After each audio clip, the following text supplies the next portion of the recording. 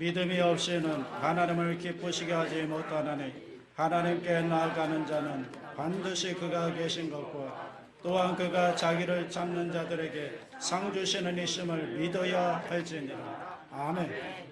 저는 오늘 여러분과 함께 하나님을 기쁘시게 하는 두 가지 믿음, 이런 제목으로 은혜를 함께 나누고자 합니다. 제목을 한번 따라해 주시기 바랍니다. 하나님을 기쁘시게 하는 두 가지 믿음. 우리 신앙생활에는 두 가지 기본이 있습니다. 첫째는 하나님이 살아계시다는 것을 아는 것입니다. 둘째는 하나님께서는 하나님을 찾는 자들에게 상 주시기를 원한다는 것을 알아야 하는 것입니다. 이 두 가지 사실이 우리 신앙의 든든한 기반이 되어야 합니다. 이 세상에 사는 사람들을 분류해 보면, 성경에 보면 항상 먹고 마시고 호화롭게 즐기며 사는 그런 무신론자에 대한 이야기가 있습니다. 탕자와 같은 생활을 하는 것입니다. 누가복음 16장 19절에 보면 한 부자가 있어 자색 옷과 고운 베옷을 입고 날마다 호화롭게 즐기더라. 이 부자가 자색 옷을 입었다. 이 자색 옷이라고 하는 것은 권력을 가진 사람이 입는 옷입니다. 고운 베옷이라고 하는 것은 부자가 입는 옷을 말하는 것입니다. 그러니까 이 사람은 권력도 있고 돈도 있고 그러다 보니까 날마다 호화롭게 연락하며 살았다는 것입니다. 이 사람은 무신론자였습니다.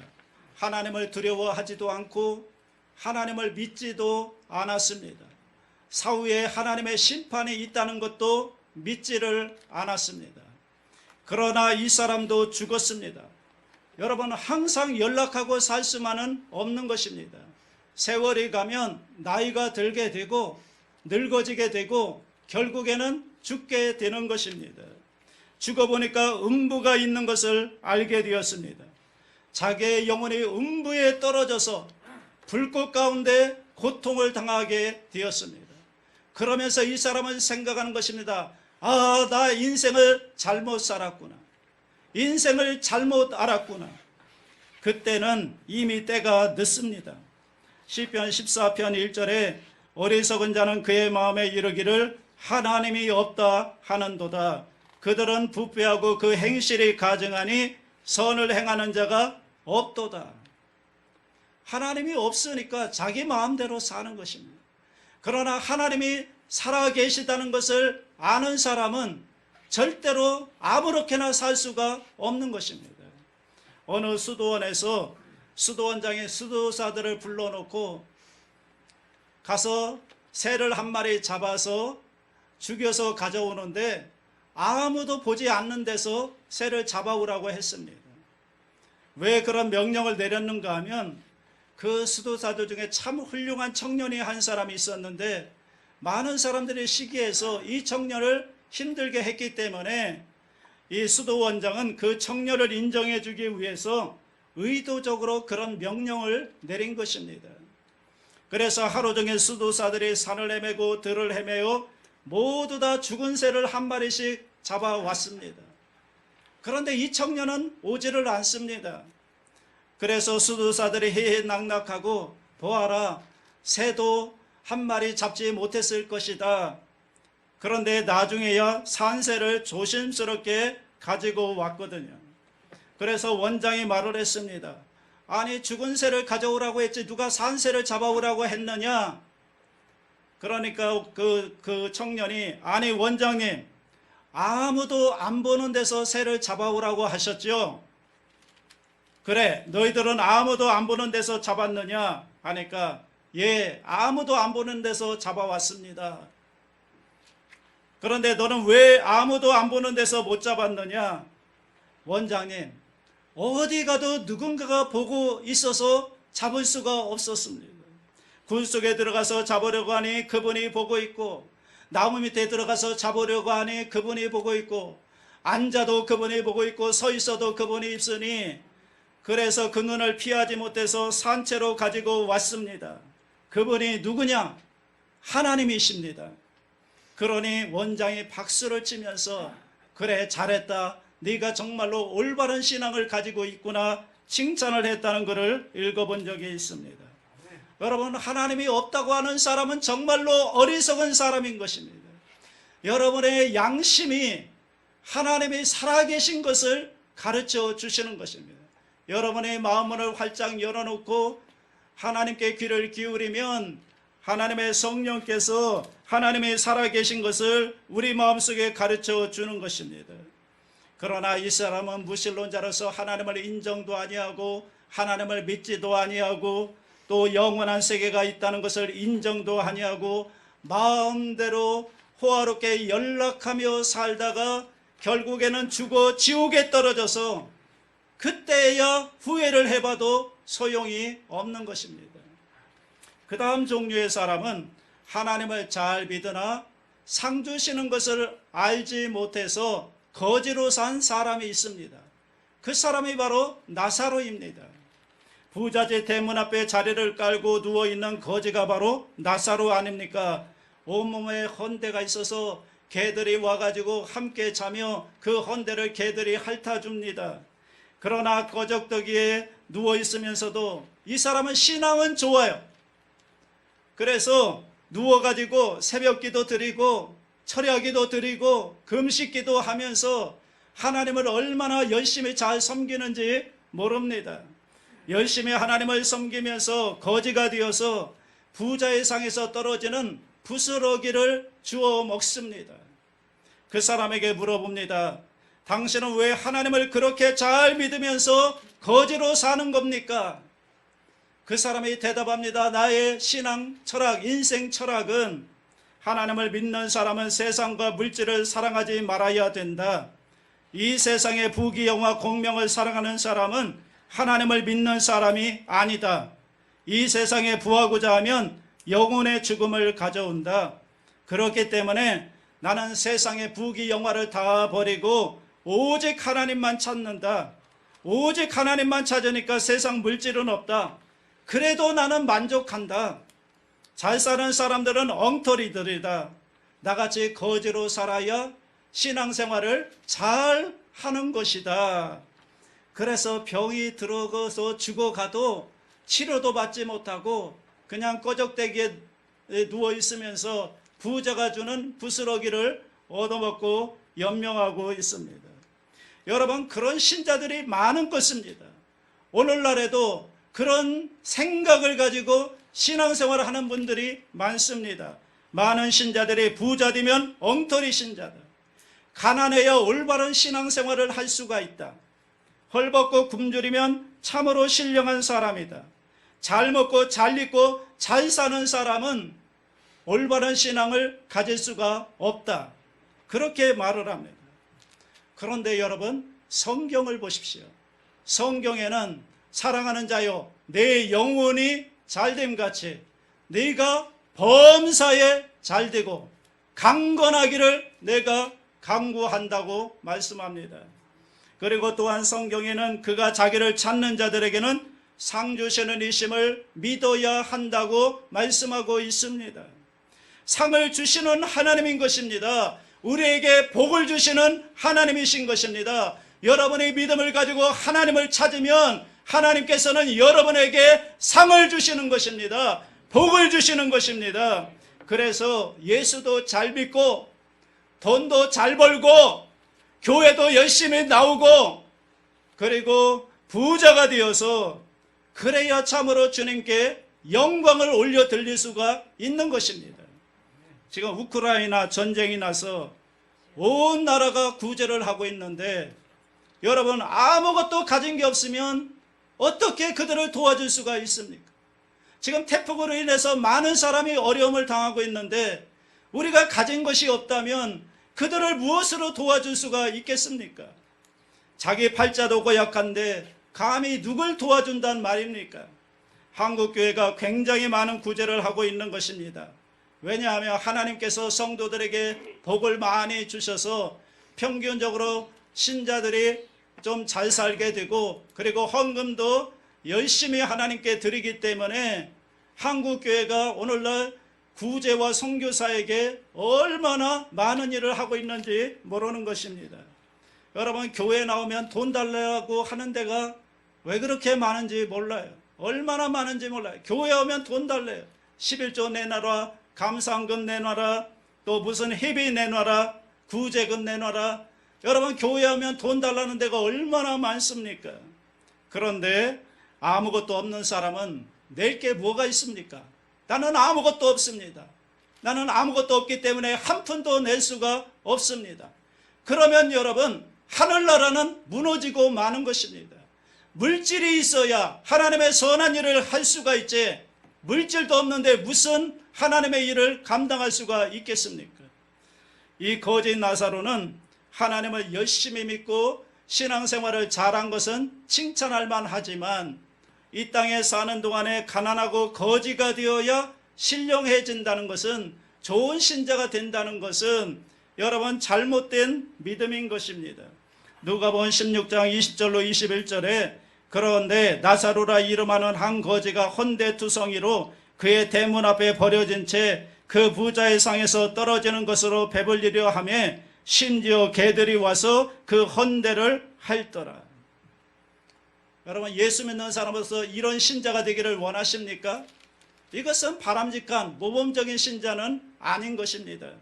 그러면 사람들이 말합니다. 하나님이 살아 계신다면 왜 길거리에 다니는 사람 중에 저렇게 가난한 사람이 저렇게 많은 것입니까?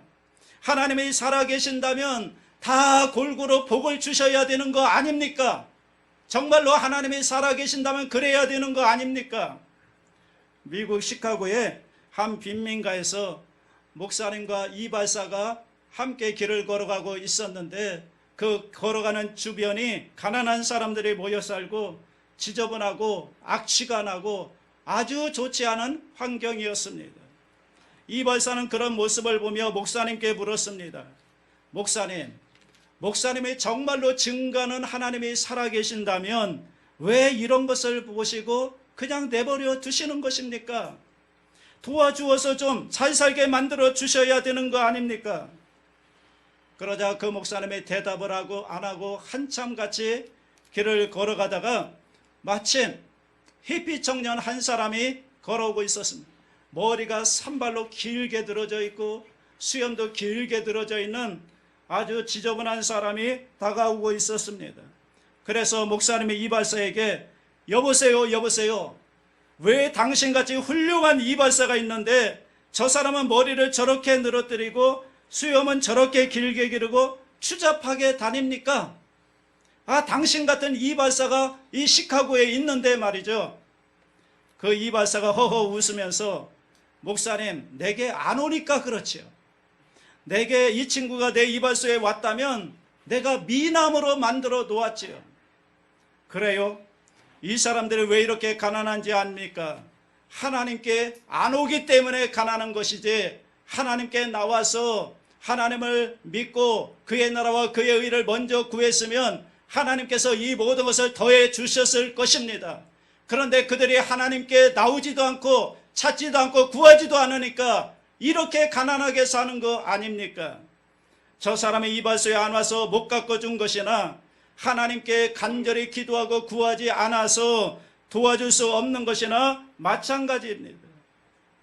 성경에는 주님 말씀하시기를 내 믿은 대로 될지어다 말씀합니다. 하나님은 안 도와주신다. 하나님은 축복 안 해주신다.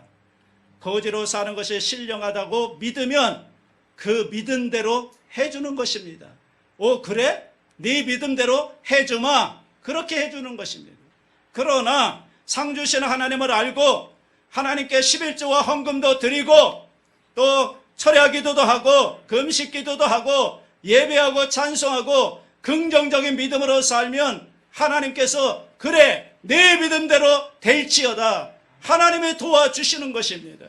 그대로 갚아주시는 것입니다. 많은 사람들이 교회를 나오긴 해도 하나님이 누군지 올바르게 알지 못하고 신앙생활을 합니다. 그래서 하나님께서 상 주시는 분이라는 것을 모르고 있습니다. 평생 동안 거지로 살면서 나사로처럼 가난하고 비참한 생활을 해야 신앙생활을 잘한다고 큰 오해를 하고 있는 것입니다. 여러분 이것은 잘못 믿은 것입니다. 만약에 여러분 미국이 가난한 나라였다면 우리나라에 6.25가 터졌을 때 그 엄청난 구조 물자를 어떻게 우리를 도와줄 수가 있었겠습니까? 미국의 구조의 물자가 없었다면 오늘날 우리 대한민국은 거지 나라가 되고 말았을 것입니다. 그리고 한국교회도 마찬가지입니다. 미국에서 선교사들을 파송해서 그들이 한국에 와서 제일 먼저 한 일이 뭡니까? 학교를 세우고 병원을 세우고 고아원을 세우고 여러 가지로 도움을 주었기 때문에 오늘날 우리가 이렇게 잘 살게 된 것이고, 연세대학교라든가 세브란스 병원이라든가 수많은 교육기관과 병원들을 세워주었기 때문에 그것이 기초가 되어서 지금 오늘날 한국 기독교가 이렇게 왕성하게 큰 몸을 이룰 수가 있었던 것입니다. 그것은 미국이 잘 살았기 때문에, 하나님을 복을 받아서 잘 살았기 때문에 우리를 도와줄 수가 있었던 것이지, 미국이 거지 나라였으면 어떻게 우리를 도와줄 수가 있었겠습니까? 그러니까 거지로 사는 것이 신앙생활을 잘하는 것이라고 생각하면 큰 착각인 것입니다. 그런데 여러분, 여기 보십시오. 하나님의 살아계심도 알고 하나님이 상 주시는 하나님께로부터 금세와 내세의 상을 받은 사람이 있습니다. 그분이 누구일까요? 아브라함입니다. 아브라함. 누가복음 16장 23절 24절에 보면 그가 음부에서 고통 중에 눈을 들어 멀리 아브라함과 그의 품에 있는 나사로를 보고 불러 이르되 아버지 아브라함이여 나를 긍휼히 여기사 나사로를 보내어 그 손가락 끝에 물을 찍어 내 혀를 서늘하게 하소서. 내가 이 불꽃 가운데서 괴로워하나이다. 아브라함을 보십시오. 천국의 좌장으로 계시는데 아브라함이 이 땅에 사는 동안에 나사로처럼 거지로 살았습니까? 아닙니다. 아브라함은 거부였습니다. 하나님께서 내가 너에게 복주고 복주며 너를 번성하게 하고 번성하게 하리라고 하셨습니다. 또 아브라함의 종이 아브라함을 평가하기를 그는 은과 금이 풍부하고 짐승떼들이 많아 거부였다고 말한 것입니다. 아브라함은 정말 이 땅에 사는 동안에 거부였습니다. 엄청난 부자였습니다. 그러나 거부이면서도 하나님을 믿고 하나님 말씀에 순종하는 데는 그 누구도 따라갈 수 없는 믿음의 사람이었습니다. 자기의 독자 이삭을 하나님이 원하시는 대로 모리아 산에 가서 번제로 하나님께 바치려고 했던 사람이 아브라함인 것입니다. 하나님은 네가 참 나를 사랑하는 사람인 줄 안다고 말씀하셨습니다. 그렇다고 해서 여러분, 아브라함이 성자는 아니었다는 것입니다. 아브라함이 애굽에 내려가서 거짓말해가지고 자기 마누라를 자기 여동생이라고 해가지고 바로 왕에게 여러분 빼앗겨서 여러분 많은 대가로 짐승들을 선물로 많이 받았습니다. 하나님이 안 건져 주었으면 사라는 영원히 바로의 마누라가 되고 말았을 것입니다. 그 다음에 또 자기 부인의 몸종 하가를 마누라로 취해가지고 그를 통해서 이스마엘을 낳게 되었습니다. 여러분, 아브라함이 믿음의 조상입니다. 믿음의 조상이 어떻게 이런 일을 할 수가 있단 말입니까? 그러나 자기 마누라하고 자기 마누라 몸종을 데리고 함께 살았습니다. 하나님께서 간섭하지 않았다면 아브라함은 일평생 고통 가운데 살았을 것입니다. 또 자기 조카하고도 싸웠습니다. 초제 때문에 자기 조카하고 싸워서 헤어졌습니다. 그리고 아브라함은 전쟁도 했습니다. 여러분, 아브라함이라고 해서 아주 성자가 되어서 복을 받은 것이 아니라는 것입니다. 그러나 그런 가운데도 아브라함에게는 우리가 정말 따를 수 없는 한 가지가 있습니다. 그 한 가지가 뭐냐? 하나님 말씀에 대한 절대 순종, 하나님의 말씀을 절대로 믿은 것입니다. 아브라함이 하나님을 믿음에 그 믿음을 의로 여겼다. 하나님을 절대로 믿고 아브라함은 있는 힘을 다하여 하나님의 말씀에 순종하려고 노력했던 사람인 것입니다. 그러므로 여러분, 우리에게도 소망이 있습니다. 우리 가운데 죄를 한 번도 안 지은 사람이 있으면 한번 손 한번 들어보십시오. 나는 죄를 한 번도 안 지었다. 아, 왜 없지요? 우리 장로님들 가운데 없습니까? 나는 한 번도 죄를 지은 적이 없다. 다 죄를 지었습니다. 성경의 모든 사람이 죄를 범하였음에 하나님의 영광에 이르지 못하였다고 말씀하고 있습니다. 아브라함이 그 대표적인 사람인 것입니다. 그렇지만 우리는 그 가운데서도 믿고 순종한다는 그 신앙이 하나님 앞에 의롭다함을 얻게 되는 것입니다. 여러분이 예수 그리스도를 구주로 믿고 섬기고 순종하면 하나님은 그리스도의 보혈로 우리를 의롭다고 여겨 주시는 것입니다. 그러므로 똑같은 세 사람이지만 아브라함은 이 땅에 사는 동안에 하나님의 복을 받아 거부로 살고 많은 것을 누리며 살다가 천국에 올라가서도 여러분 제일 으뜸 가는 사람이 된 것입니다. 이 사람이 아브라함인 것입니다. 세 사람이 옛날에 똑같이 살았는데 아브라함은 영혼이 잘됨같이 범사가 잘되고 강건하며 삼정 축복을 누리며 살다가 천국에 올라갔고, 부자는 육신적으로 돈만 많았고 하나님을 믿지 않아서 죽어서 결국엔 지옥에 떨어졌고, 나사로는 거지가 되어야 훌륭한 신앙생활을 한다고 생각해서 신앙은 잘 가졌지만 생활은 거지같이 살다가 천국에는 올라갔습니다. 요즘도 마찬가지입니다. 요즘도 생활은 거지같이 살면서도 주님을 잘 믿어 천당에 가는 사람이 많습니다. 그 사람이 거지같이 사는 것은 하나님이 그렇게 만든 것이 아니라 자기가 거지로 살아야 신앙생활을 잘 한다고 생각해서 그렇게 가난하게 사는 사람이 많은 것입니다. 또 그렇게 가르치는 목사들도 많습니다. 교회 오면 가난하게 살아야 훌륭한 신자가 된다. 잘 먹고 잘 입고 돈벌이하면 타락한 세속적인 사람이 된다. 그렇게 가르치는 목사들도 많이 있는 것입니다. 그러나 여기 분명히 보십시오. 아브라함은 이 세상에 사는 동안에 부귀영화 공명을 다 누리다가 죽어서 천국에 갔는데 천국에서도 가장 높은 자리에 올라갔던 것입니다. 나사로는 평생의 거지로 살면서 하나님을 믿었으나 아브라함보다 높은 데 못 올라갔습니다. 부자는 하나님 없이 육신의 정욕, 안목의 정욕, 이 세상의 자랑을 따라 호화로이 즐기며 살다가 결국에는 지옥 불꽃 가운데 떨어지고 말았던 것입니다. 그러므로 우리가 주님을 잘 믿고 축복받고 사는 것은 하나님의 분명한 소원이고 뜻이라는 것을 알게 되시기를 주의 이름으로 축복합니다.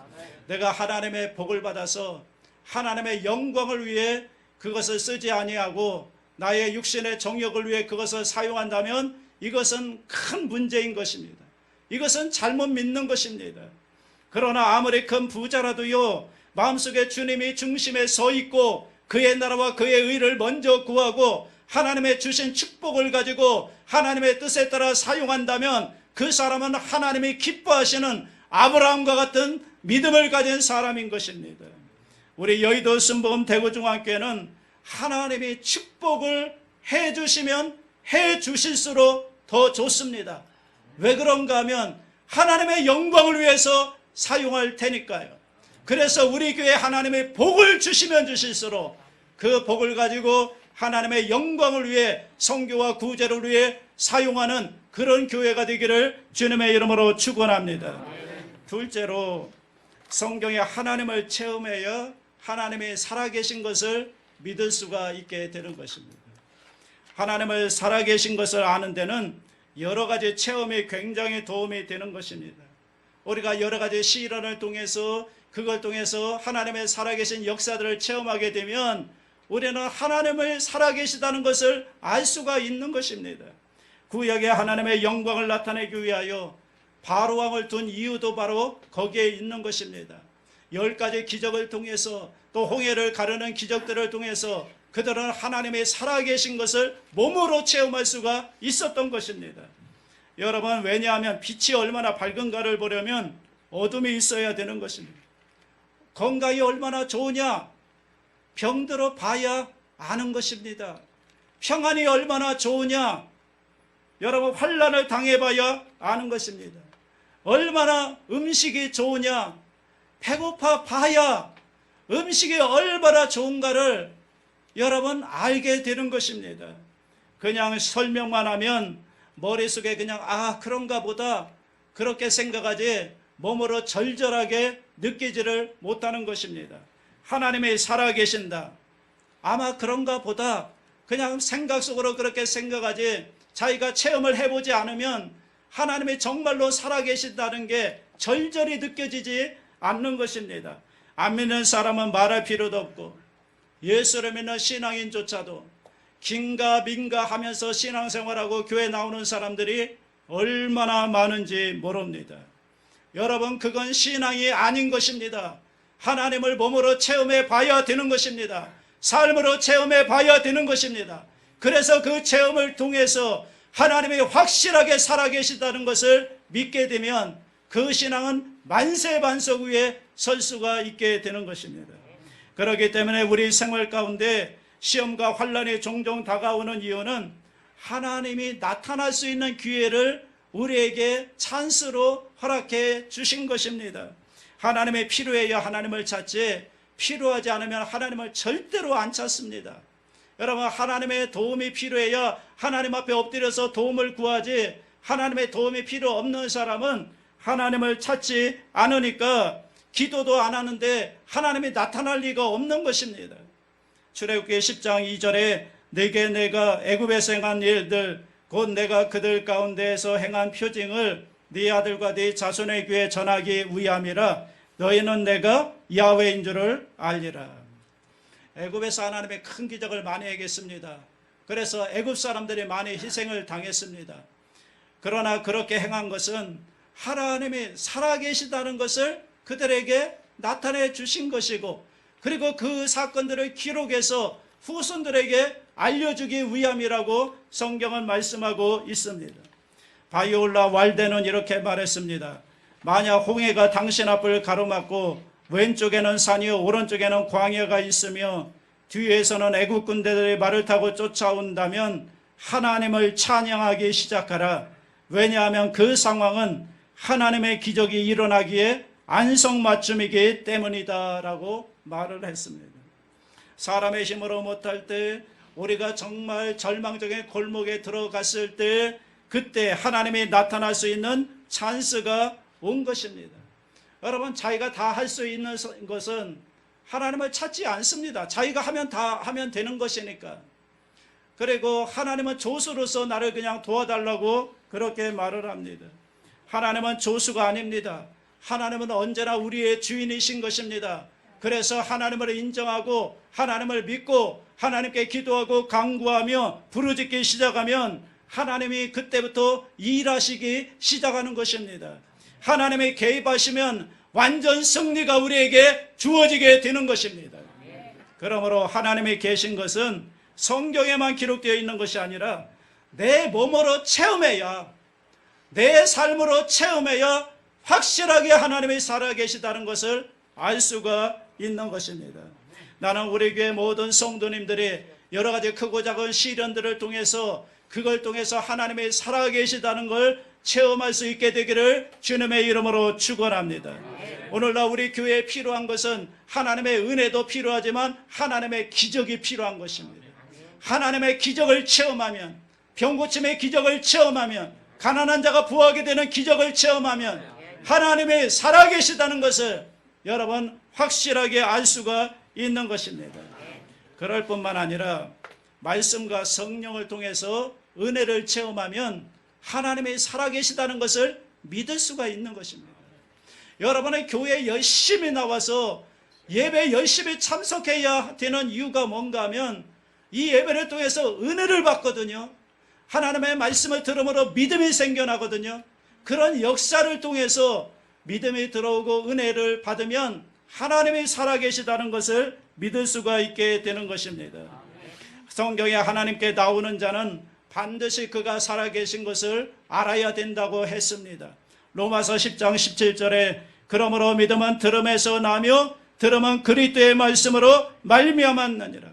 여러분의 교회에 와서 이 공동체 의식, 이게 예배가 공동체 의식이지 않습니까? 이 의식을 통해서, 이 예배를 통해서 하나님의 말씀을 들음으로 말미암아 믿음의 역사가 생겨나는 것입니다. 여러분, 예배에 와서 예배 참석하면 아무것도 얻지 못하고 그냥 가는 게 아닙니다. 이 예배를 통해서 말씀을 듣고 기도하는 가운데 성령이 역사하면 믿음의 역사가 일어나는 것입니다. 그 다음에 요한복음 16장 13절에 그러나 진리의 성령이 오시면 그가 너희를 모든 진리 가운데로 인도하시리니 그가 스스로 말하지 않고 오직 들은 것을 말하며 장래일을 너희에게 알리시리라. 이와 같이 성령이 오셔서 큰 감화와 감동을 주시고 눈물을 흘리게 만들어 주시고 마음을 뜨겁게 해주시고 하나님을 바라보게 하심으로 말미암아 믿음이 생겨나게 되는 것입니다. 스티븐 스코트라는 사람은 성경 읽기로 지혜를 얻어서 거대한 부자가 된 사람이 있습니다. 그는 젊은 시절에 다니던 직장에서 퇴출을 당해 9번이나 직장을 잃고 퇴출을 당했습니다. 그러니까 유능하지 못한 사람이, 무능한 사람이 9번이나 퇴출을 당했으니 별 볼 일 없는 사람인데 암담한 현실 속에서 헤매던 어느 날 그는 어느 한 백만장자를 만나게 되어서 그 백만장자에게 부자가 되는 비결을 물어보았습니다. 그런데 그 백만장자가 말하기를 당신은 매일 성경 잠언을 한 장씩 읽으세요. 그러면 2년 안에 사장보다 더 똑똑해지고 5년 안에 엄청난 부자가 될 수 있을 것입니다. 그러니까 그거 별로 어려운 일 아니잖아요. 하루에 잠언 한 장씩 그 날짜에 맞춰서 읽는 거 어렵지 않습니다. 그래서 스티븐은 그 백만장자가 해준 말을 마음에 새기고 하루 한 장씩 잠언을 읽으면서 하나님께 지혜를 구했습니다. 몇 년 뒤에 그는 회사를 설립하게 되고 그는 정말 백만장자의 말대로 수십억 달러를 판매하는 부자가 되었고 자신이 성경을 통해 얻은 지혜를 솔로몬 부자학 31장이라는 책으로 출간하기도 한 것입니다. 여러분, 성경이 하나님의 지혜의 책인 것입니다. 성경을 읽으면서 하나님께 지혜를 구하면 하나님께서 여러분에게 지혜를 주시는 것입니다. 다 잃어버릴지라도 여러분의 성경 한 권만 갖고 있어도 이 성경을 사랑하고 이 성경을 가까이 두고 이 말씀을 매일매일 규칙적으로 읽고 묵상하고 하나님께 지혜를 구하면 여러분은 머리가 되지 않고 꼴이 되지 않으며 위에 있고 아래에 내려가지 않으며 남에게 구워줄지라도 꾸지 않는 그런 인생을 살 수가 있는 것입니다. 여러분의 학교 교육을 정규적으로 못 받고 어려운 생활을 했다고 하더라도 성경 한 권만 끌어안고 살면 여러분은 21세기에 에이브러햄 링컨 같은 사람이 나타날 수도 있는 것입니다. 하나님의 말씀이 하늘의 지혜를 우리에게 주시는 것입니다. 러시아 인문호 톨스토이는 사람은 무엇으로 사는가라는 책에서 이렇게 말했습니다. 인간은 유한한 존재이다. 사람은 하나님께서 주시는 지혜를 가지고 은혜로 살아간다고 말했습니다. 하나님께서 주시는 지혜를 가지고 하나님의 은혜로 살아가는 게 우리 인생이라는 것입니다. 이거 다 그가 체험해서 한 말인 것입니다. 우리 삶의 지혜는 하나님과 하나님의 말씀으로부터 오는 것입니다. 그래서 여러분의 성경 말씀을 읽고 하나님께 지혜를 구하면 하나님의 지혜를 주십니다. 그 지혜를 가지고 여러분 살게 되면 은혜 가운데 살 수가 있는 것입니다.